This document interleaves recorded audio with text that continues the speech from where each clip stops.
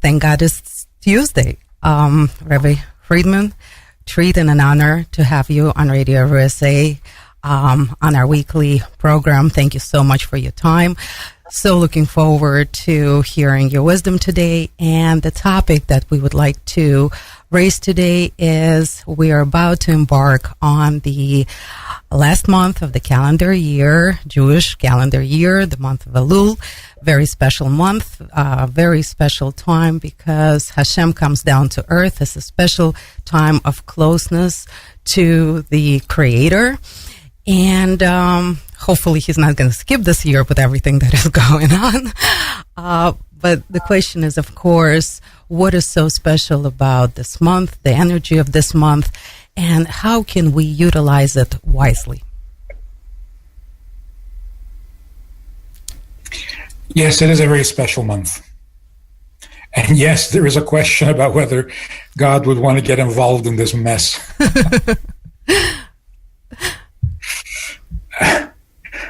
Actually, appearances are misleading. We must remember that. Appearances are misleading. The world is much better than it appears to be. So God has no problems with this world, except for the final touches, the details, and so on.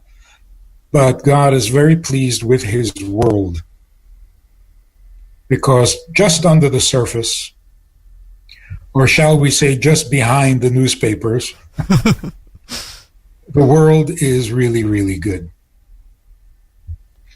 Now this month, very, very interesting how Chabad, Lubavitch, Hasidus has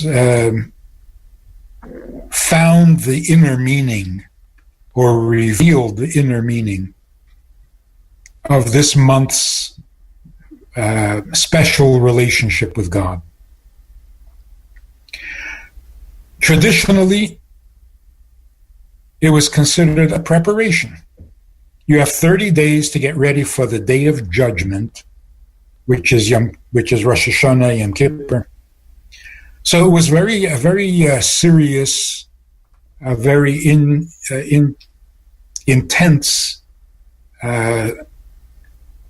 reckoning. You look over the year.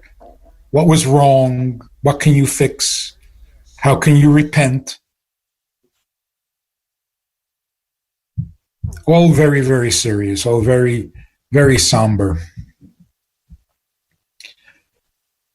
Chabad Hasidus says that when it comes to Rosh Hashanah, it's not just the Jewish people or the world in general that are making the adjustment or the preparation. God Himself is getting ready for a new year. And in what way? He makes Himself more available to us in this month to enable us to get ready for a new year. You can't just go from one year to the next and make a radical change without some preparation. Without the preparation, the new year will come and nobody will even notice that anything changed.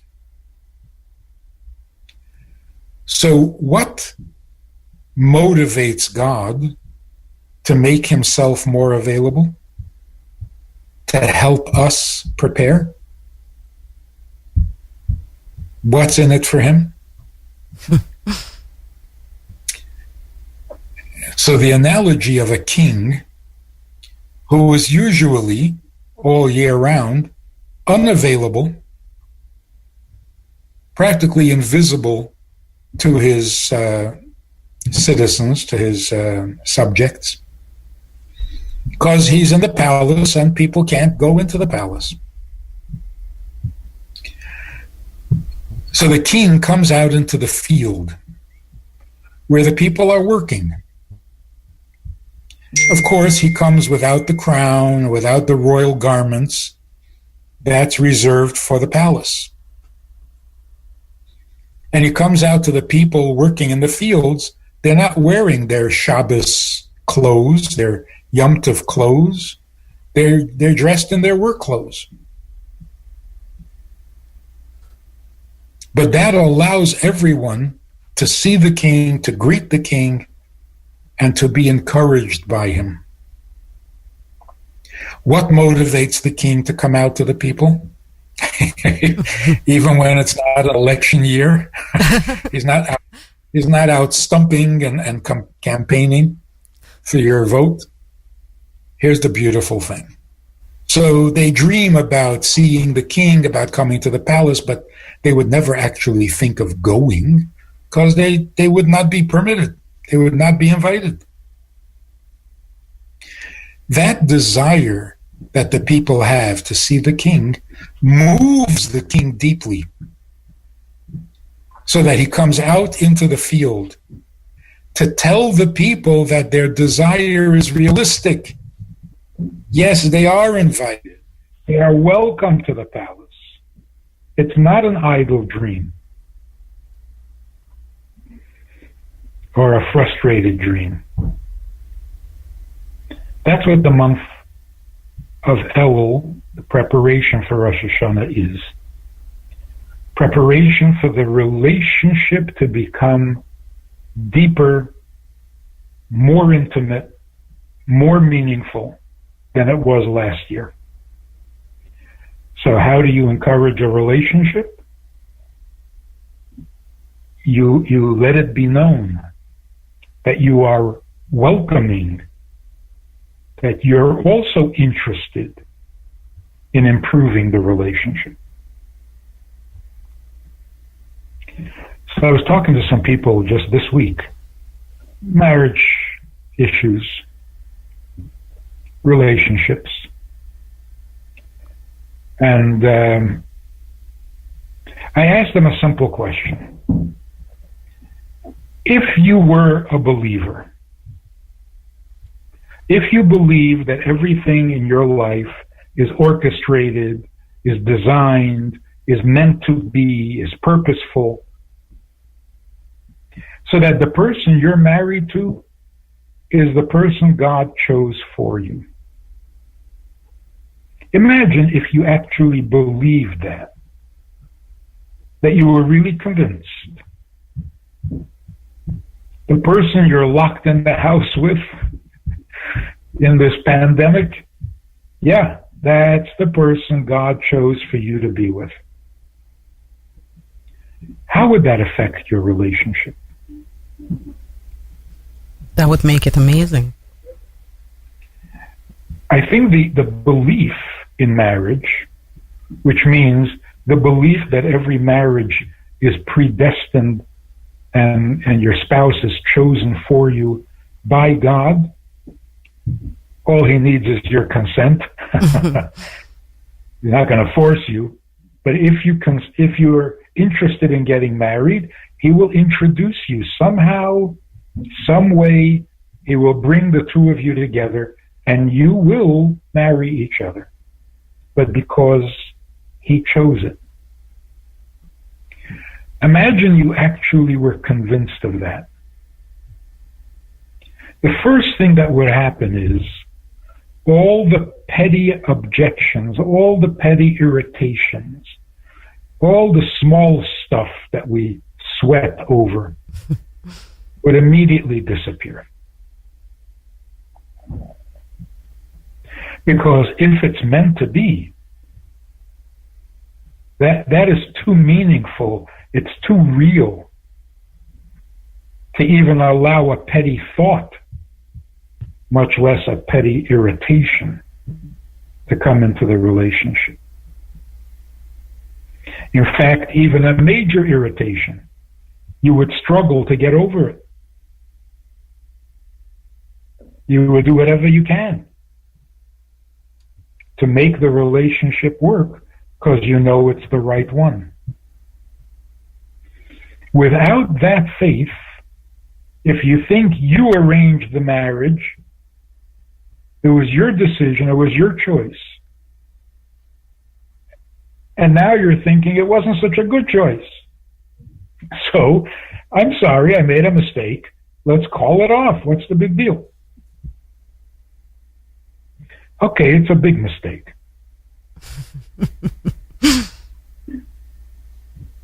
So I'm very embarrassed. All right, I'm humbled. But why would I struggle to make it work? It was a mistake to begin with. Why do I have to perpetuate a mistake? And so you undermine the divine element in your marriage, and all of a sudden it's just an agreed upon arrangement, and the agreement was not so good. It makes the marriage flimsy. So the same is true with our relationship with God. It's not, I'm the religious type, I want to believe in God, I want to be religious, I want to be a believer.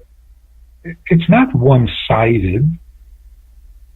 And it's not just you suddenly felt a little religious stirrings, and so you decided to check out God and see what you think, or see how it feels. God is looking for you at least as much as you're looking for him. I think that's the really important message of this month. The reason we're preparing for Rosh Hashanah, the reason Rosh Hashanah is such a special day, is because that's when we get together. But in preparation of that getting together, we have to know it's not one-sided. It's not people who want a religion. And so they latch on to God and become a nudnik without being invited. It's not so. The invitation stands. And not only an invitation on paper, God comes down to this workplace, out to the fields, where you are not ready in any special way. You're not dressed special. You're not doing anything special. And most people would look at you and say, you're not interested in God. You're busy with your plow. Rabbi Friedman, why does God needs to come down for that last month of the Jewish calendar year if he is in everything at all times? But he is he's involved in everything at all times from the palace. Like a king, runs the whole country, every detail, sitting in the palace. Because all he needs to do is proclaim, right? A proclamation from the king, and it happens. So he doesn't have to come out to the field. He just has to dictate what should happen, and it'll happen. Sitting in the palace. So he is effective, engaged in the entire country, in every detail of the country, but without showing his personal feelings about the country. In preparation for Rosh Hashanah, the king wants not only to be known as the administrator and the authority and the mover and shaker. He wants to make it a little more personal.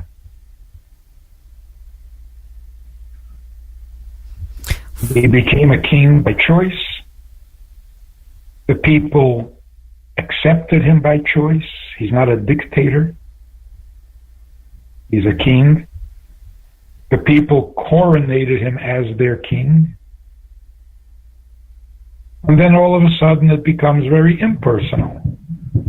Now the king is doing his job, running the country, making things, And the people see the changes that he's making and the things that he provides, and they're very grateful, and they're proud of their king. But the personal is kind of in the background or underground. The renewal of the coronation is a refreshing of the king's willingness or pleasure in being a king, and the people's pleasure in having him as their king. Rabbi Friedman, can those who are more spiritual, or as you put it, more romantic, can they feel his presence, actually feel his presence closer during this month than throughout the rest of the year? Yes. It's a change in the atmosphere, in the spiritual atmosphere. Yeah, God is more available, which means you're more easily inspired. So you see something, it inspires you. Had you seen the same thing a month ago, it would not have inspired you. Can people use this energy to, or rather, how can people use that energy to, first of all, help the world? Because the world does need help today. And really?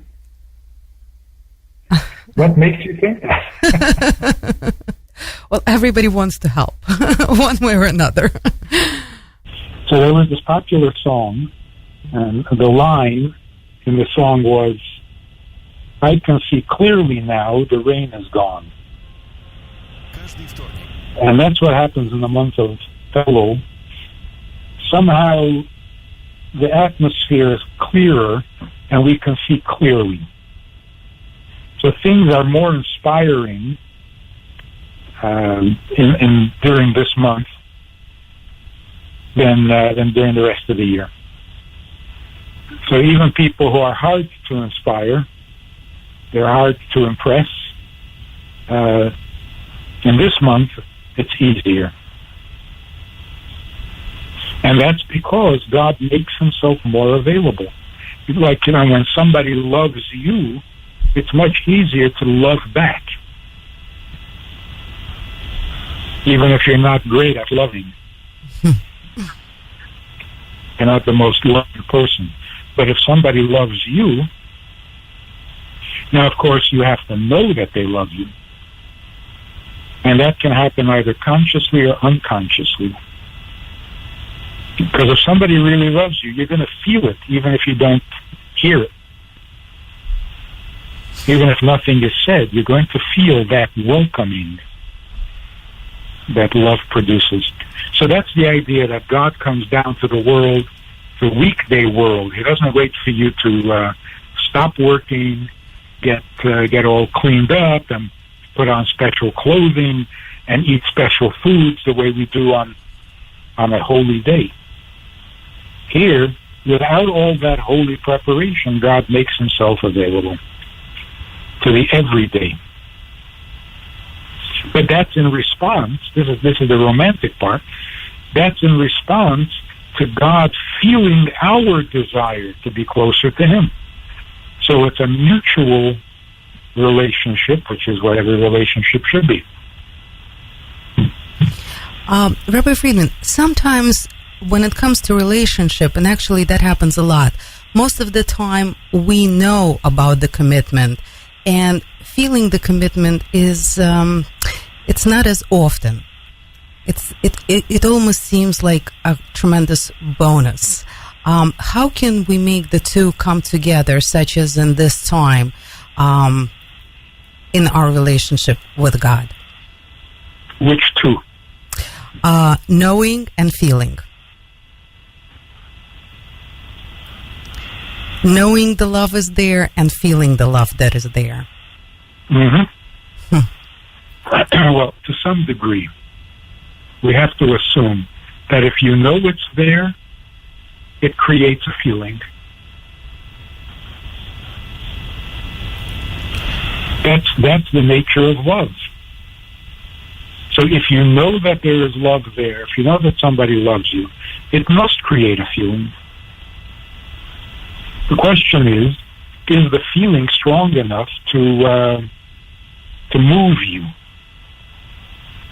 to move you to action, to do something about it, to change your mood?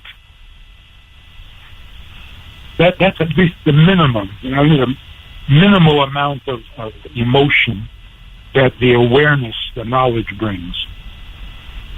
But it's a very good question. How do we build an emotion that we know is there, we know it should be there, we want it to be there? If you want to love somebody and you're not loving them the way you should, is there anything you can do about that? Or are you helpless? When the love comes, it's there. If it doesn't come, it's not there. There's nothing you can do about it. That idea of like falling in love, you can't make it happen. It just has to happen to you. That is not the real love that we're looking for. That is out of our control, which means that it's an impulse, not an emotion. We're looking for the emotion called love, not for the impulse of love. So when love grabs you, that's not the real thing. The real thing, you can increase, you can control, you can improve, and you can refuse. You can refuse love if it's real love. The love you can't refuse, that's not real. Emotions are voluntary, not involuntary. Hunger, the impulse, that's involuntary. But that's not an emotion. It seems like everybody has it backwards. It seems like the popular opinion now would be that that impulsive love is the real love, and the one that is created is man-made. Right. Right. Make me love you. You can't make me love you, then I don't love you either. So we're looking for someone who makes us love them. Yeah, it's not real emotion even. Being real love. The emotion, it's not a healthy individual. So, how do we increase love? You want it, you wish it, and you find expression for it. So if you treat somebody lovingly, it will increase your feeling. If you express your love in words, it increases the feeling. If you do things for each other, it increases the feeling. Where's that expression? You don't do for the person you love the person you do for. So if you've invested action and speech and desire into a relationship, that increases the love. It's not a passive thing that you sit and wait for it to grow.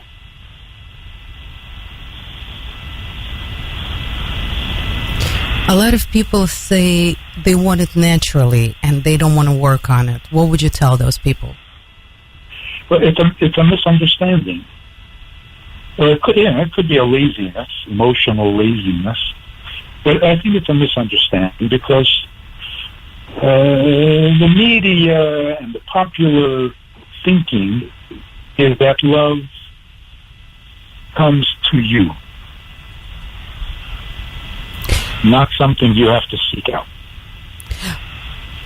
But why is that spontaneous love so much stronger or feels stronger than the love that people work on?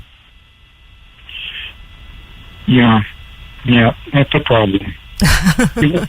It feels stronger in terms of compelling. It's not a deeper feeling. In fact, it's not very deep at all. It doesn't go beyond the surface of the heart. The strength of it is that it's hard to resist, not that it touches you deeply.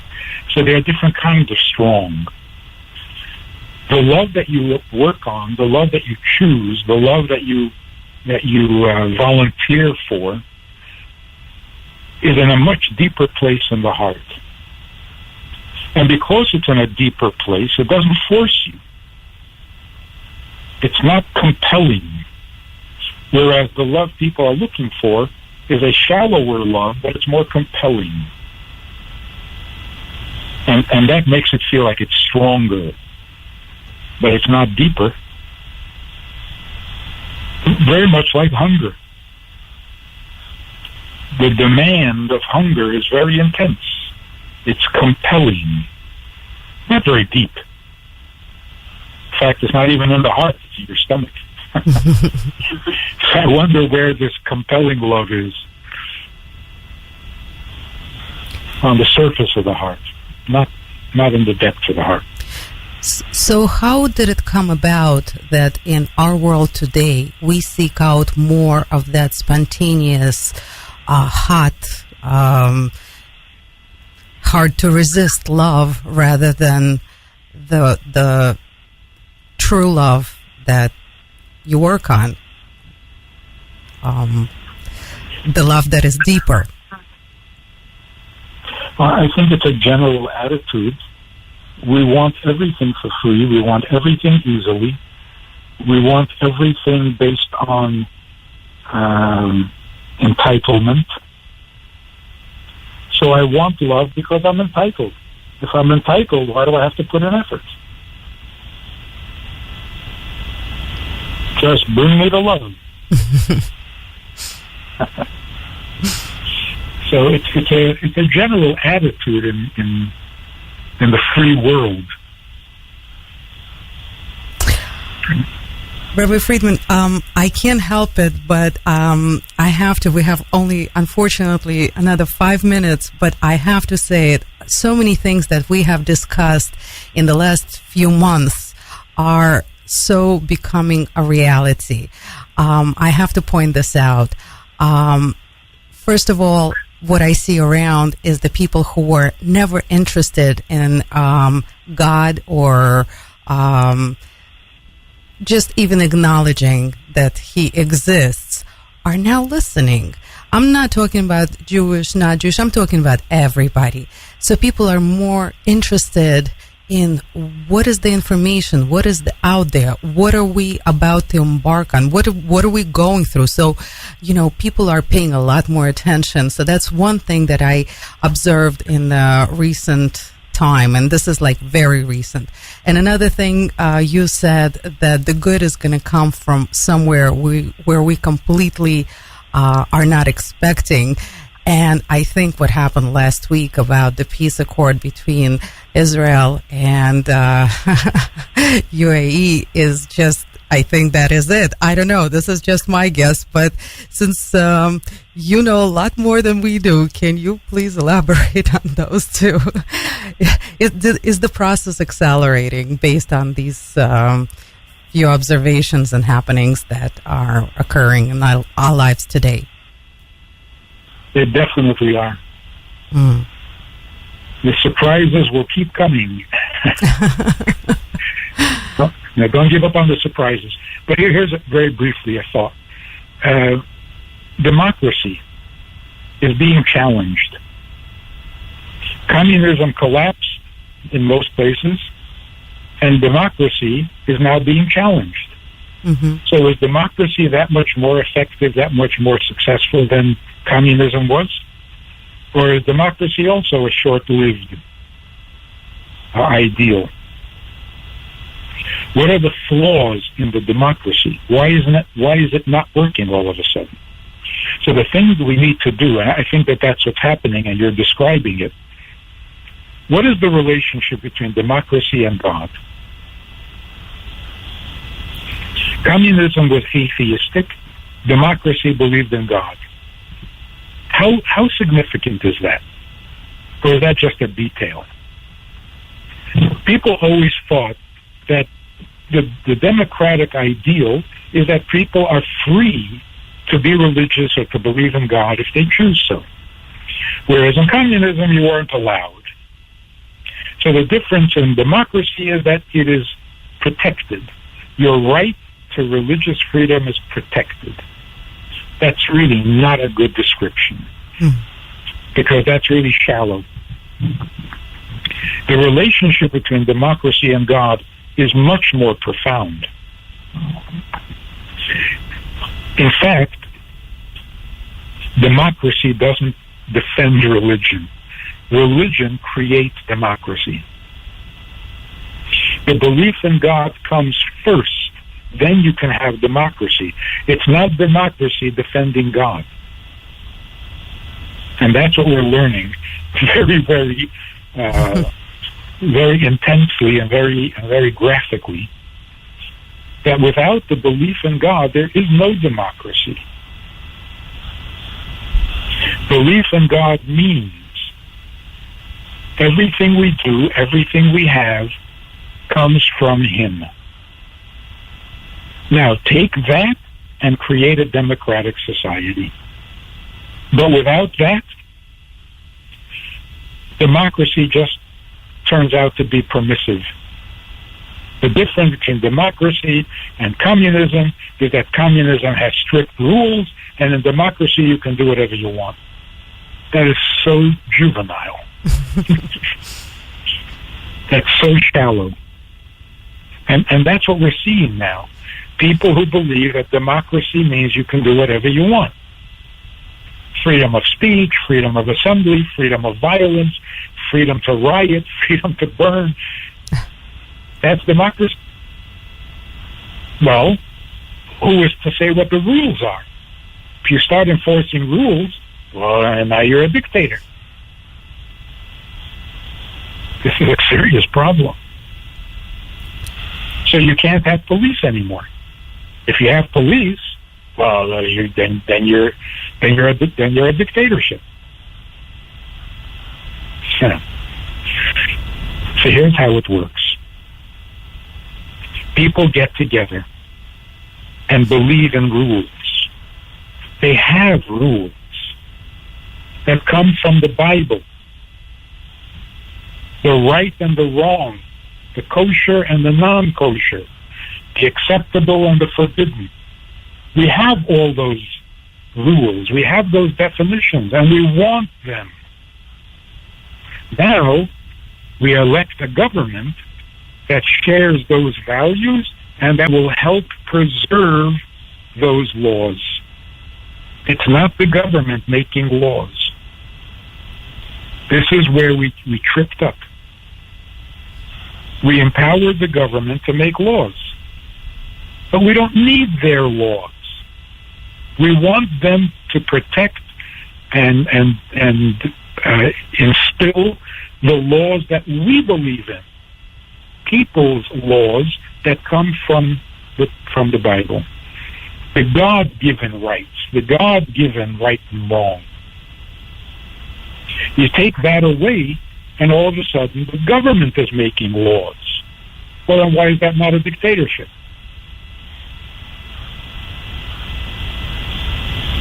This is serious business. And so, like you say, people are starting to think about God. Where is God in democracy?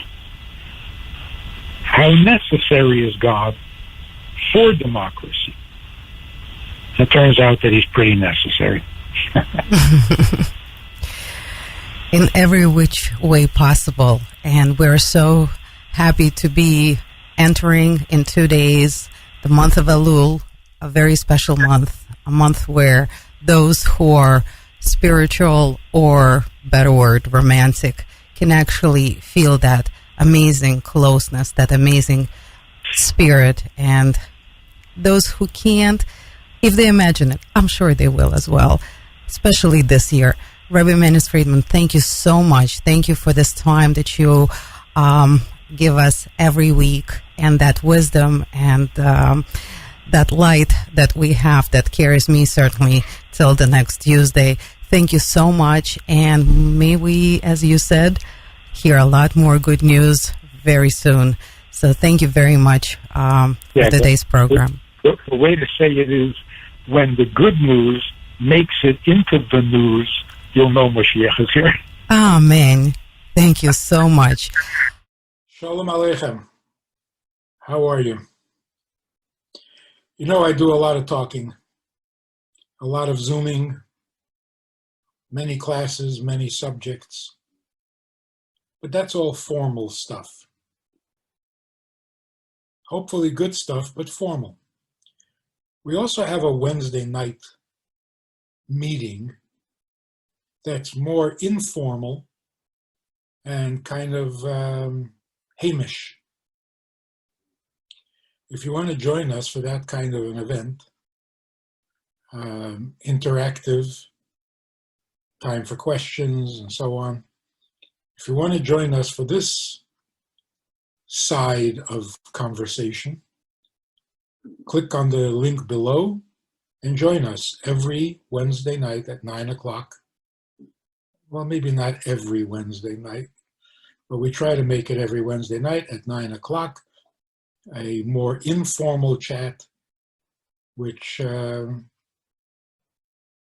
be more enjoyable at times than the formal stuff. So check it out. Click on the link and join us. Try it. You'll like it.